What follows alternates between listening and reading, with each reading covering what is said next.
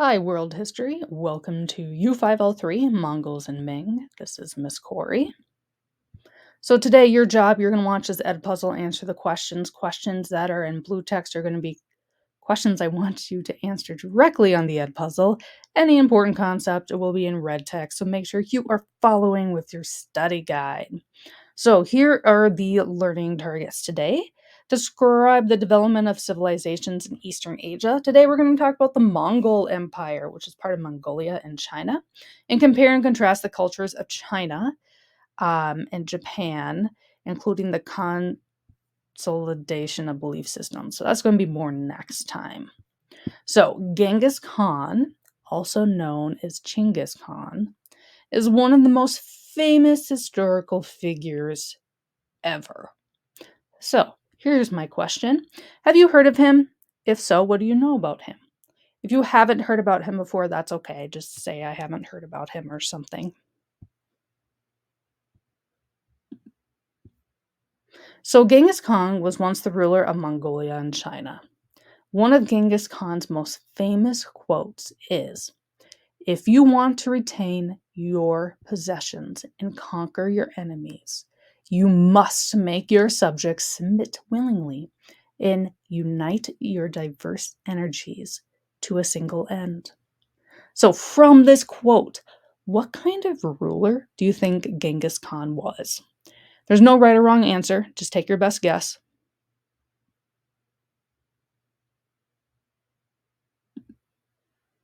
So, from here on out, we're just going to call him G Khan because it's just easier for me to fit into a slideshow. But before we talk about G-Khan, we're going to get an idea of what it was like to live in Mongolia in about the late 1100s CE. So here's kind of a map right here. You can see this is the Mongol territory. So there is a modern day country called Mongolia, by the way, and it's this country right here. So you can see that the territory hasn't changed much, in like the last 1,000 years. You can also see it takes parts of Russia as well as parts of China. So, life in Mongolia, like we saw on the map, it is north of China and it is located on a steppe. So, a steppe is a flat and grassy land, like you can see right here, just flat, at least in the foreground, just flat and grassy. There are little trees or bushes, it's mainly just grass. So, Mongols who lived in Mongolia were pastoralists. So pastoralists were groups of people who travel with each other, move their livestock around the steppe for fresh food sources, aka grass, and they lived in these things called yurts, which you can see right here. Yurts are tents that can be packed up and moved easily onto horseback. So they didn't have permanent structures. So every building, aka yurt, was very movable. They also had very few cities or towns, and if so, it would have permanent wall, but all of the buildings, like within the city wall, were still just yurts. So people's lives revolved around moving their own livestock. There were no government structures in Mongolia in like before the 1100s, and each group had their own hierarchy. They also had enslaved people to work, but only the wealthy and powerful groups could afford them. So, what were women's life like in Mongolia? So, women of high status and power groups could be used as marriage alliances with other Mongolian groups, and marriage arrangements typically occurred at the age of 8. So, with religion, so most Mongols practiced a mix of 2 or more religions. So, when Buddhism, Christianity, and Islam came into play, they would typically mix with each other or mix with the traditional shamanism that was in Mongolia. So, traditional shamanism is where Mongols believed they could communicate with the supernatural world. And the Khan, or the leader, is believed to speak with the main god of the sky. So let's get back to Genghis Khan. So Genghis Khan is actually a title. It is not his real name, but when we refer to Genghis Khan, we really just mean this one like infamous historical figure. His birth name was actually Temujin, and he had a awful childhood. So he was born a noble, but his father got captured by an enemy tribe. And the enemies offered their father friendship and food, but the enemies ended up poisoning the food, killing Genghis Khan's father. So Genghis Khan and family fell into poverty, and Genghis Khan was enslaved and tied to something called a cha to wander the Mongolian steppe alone. So here is a picture of a cha. So this is a man with a cha from about the 1870s China. So by looking at this picture, name one struggle a person with a cha would face.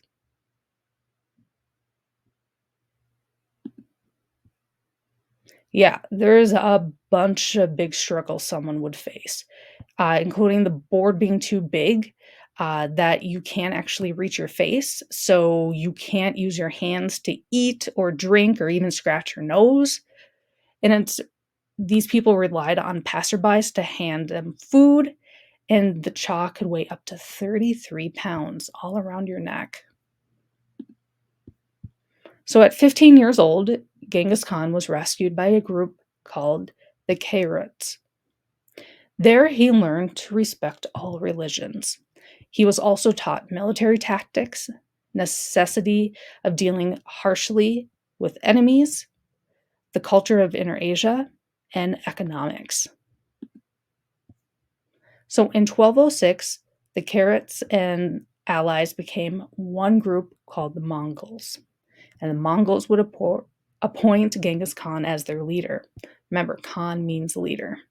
And here's kind of the long story short, because we could spend hours talking about his rise to power. But by 1215, the Mongols captured China's capital of Yangjin, which today is called Beijing. And by 1221, the Mongols captured the land stretching from eastern China all the way to Iran and the Caspian Sea. So, during Genghis Khan's rule, they had all the way over here in the east to the Caspian Sea, which would be about right here. So, all of that land was Mongols. So, Western and Asian history books like to make Genghis Khan look like a villain. I mean, he was a kind of one. I'm one of those people who I don't like to sugarcoat history. So I will say that he did kill countless people and sexually assault many women. He did also do some beneficial policy making as well. So Genghis Khan encouraged Mongols to go into the trades and to become merchants. So Mongols are familiar with the harsh terrains of the steppes and deserts. And they also have the equipment and lifestyle to move. Remember those yurts? They're constantly moving. Genghis Khan also welcomed Europeans to trade with Mongols. The Mongols also created something called the passport, kind of like the passports we use today. In Chinese, it's called paisa. In order to keep track of merchants who was allowed in the Mongol Empire and to help with language barriers, they would have these passports, kind of like an ID badge almost. And Genghis Khan's successful policies on trade leads to something called Pax Mongolica. So Pax Mongolica means that there is free trade among the entire empire without borders and taxes. All right, then we also have something called the Yasa. So the Yasa is the name of the laws that Genghis Khan made. His first law of the Yasa was no more bride stealing. So that's literally when like another dude would swoop in and steal another dude's bride. So his mom was stolen by his dad from another man. Genghis Khan did not appreciate that. So that was his first rule of the law of his land. The second rule he made was no more enslavement of Mongols, since he was enslaved as a boy. Now, this didn't mean they couldn't enslave other people. Number three would be all kids are legitimate to the dad, whether born from his wife or concubine. A concubine is typically like a ruler's or a wealthy man's like second wife, but they're not really a wife, like lady. Anyway, Number 4 would be no more livestock theft. Number 5 is all religions were welcome. And they also had tax exemptions on temples and clergy. So, how did the Mongols defeat such large areas of land and massive armies? That is a really great question. So, before we talked about how the Mongol Empire stretched from the east all the way to the Caspian Sea, but they even go beyond that. They go all the way up here, conquering probably close to almost all of Russia, in here to the Middle East, down through here, kind of avoiding India, and down into parts of Southeast Asia. So how was this so successful? Their key was horses. Remember last video we talked about horses? And I was like, oh yeah, we won't talk about horses until the Mongols. Well, now we're talking about horses with the Mongols. So horses were the main weapon of the Mongols because horses could be used for riding, pulling stuff. You could eat them, used in warfare, but also glue. So Mongols perfected the use of the saddle and stirrup as well. We talked about last video, they didn't invent the saddle and stirrup, but they made it better. They also made something called a compound bow. Here's a picture of a compound bow right here. So this was invented by the Mongols. It's made out of wood, animal bone, and glue. Remember, glue is from horses. And today, I just looked it up too. Yeah, glue is still made from horses today, which is interesting. Not all glues, but a lot of them still are. And it can shoot an arrow accurately 200 to 400 yards. And the archer could shoot arrows every 8 seconds. They also could shoot off the arrows from the horse's back, because remember, they have stirrups now, so their hands are free. And other bows of the time were as tall as the archer and took time to load, fire, and were not as accurate. But as you can see right here, this bow is not as big as the archer himself. You can also see this kind of curve in the bow. That's why it's called a compound bow, because it kind of has these like the reverse curves at the end of each end of the bow. So there's also some more secrets to the Mongol success, one being discipline. So all of Genghis Khan's advisors and military were trained with the utmost authority. 2 was organization, that would be politically and economically. And 3 was terror. So if you disobeyed any of Genghis Khan's laws, you would get punished at minimum. Most likely, you'd be killed. 4 would be extermination of the elites. So when Genghis Khan conquered an enemy group, he killed all the aristocrats in that newly conquered group, so there would be no threat of revolt. There was also appropriation, and that was allowing all different religions and cultures, as well as tolerance. So he allowed the religions and cultures that he didn't necessarily agree with, but still he let them in and thrive within his empire, and also free trade. So next we're going to talk about Kublai Khan. So Kublai Khan was the grandson to Genghis Khan. So after Kublai Khan's dad died, he took over the region of China of the Mongolian Empire. And he started his own new dynasty in China called the Yuan dynasty. And the Yuan dynasty, he ruled from 1265 into 1294. So the kind of famous thing about Kublai Khan is that he tried to invade Japan and failed miserably at it. So in 1281, he tried to invade Japan. He ordered his army to sail across the sea from China to Japan.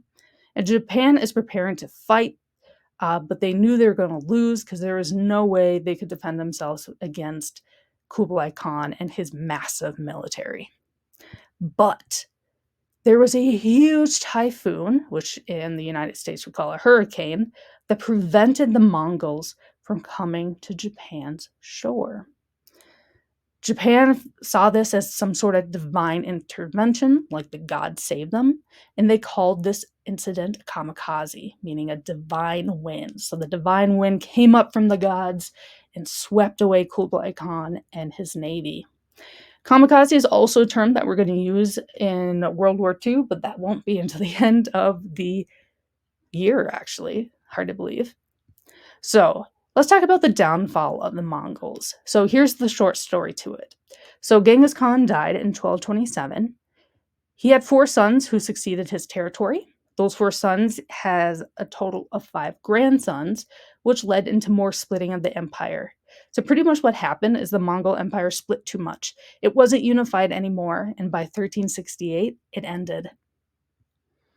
So you're like, wow, okay, that was a good ending to the Mongol Empire. But wait a minute, I'm looking at my study guide right now, and I noticed that there's a vocab word on here called Marco Polo. Why didn't you talk about him? I will. I'll do it right now because Marco Polo, duh, it's a kid's game that you play in the pool, like Marco Polo. I hate that game. Anyway, he was actually a real person. So he lived from 1254 until 1324. He was an Italian dude, and he traveled the Silk Road and the Mongol Empire. I'll show you a map on the next slide. He also wrote a book about his travels, and it became a bestseller in Europe. So here's kind of a fun fact for you today. When Christopher Columbus sailed to the Americas, he had one of Marco Polo's books on his ship. Look at that. Little history connection there. So these black lines right here are actually the path that Marco Polo took from right here in the Middle East. He started all the way through the Middle East, up into China, into Beijing and Mongol territory, down the East Coast, around Southeast Asia, around India, and back up to Italy. That's a lot of traveling, especially, remember, there's no cars, there's no planes, there's no trains. It was all by foot or by horse. So let's wrap this up. Today we learned about what it was like living in Mongolia, Genghis Khan, and how the Mongols successfully conquered a lot of Asia, how Genghis Khan was so successful. Marco Polo is more than just a pool game. Next up, you're going to do U5-L3, the Silk Road Edpuzzle. This is a crash course video. I typically don't show crash course videos because John Green talks really fast, although I do too sometimes. But it is a really good Edpuzzle, and he explains what the Silk Road is. I will be grading on what questions you get right or wrong, so make sure that you are paying attention. And after that, U5-L5 Ancient Japan, Heian, and Shogunates Edpuzzle. And of course, if you have questions, you want to learn more, please let me know. I'm more than happy to help you out. Thanks for watching. Bye.